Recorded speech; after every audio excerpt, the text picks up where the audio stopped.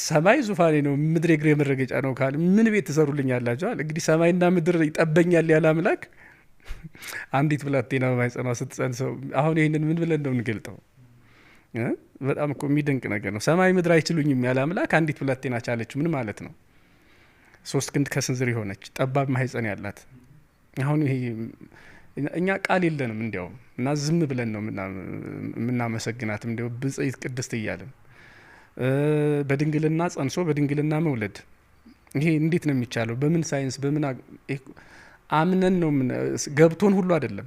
በቃ ይሁን ብለን ይቻላል እግዚአብሔር የሚሳነው ነገር የለም ብለን ነው የምናመሰግናት እና የእግዚአብሔር እናት ስለሆነች እናመሰግናታለን፣ እንወዳታለን። ከዚያ ውጭ ግን እሷ ያላደረገላት እኛ ምን ጨምርላት? ምን ነገር ኖሮ?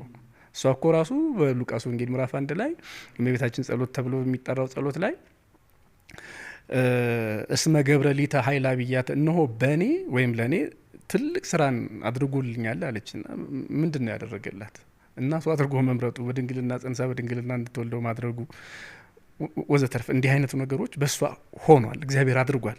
ስለዚህ እኛ ብጽዕት እንላታለን። ትውልድ ሁሉ ያመሰግኑኛል ያለችው እንደው ለእኔ ምስጋና ይገባኛል ብላ ራስ ወዳድ ሆና አይደለም። በእሷ በኩል የሆነው የእኛ መዳን ስለተፈጸመ ነው።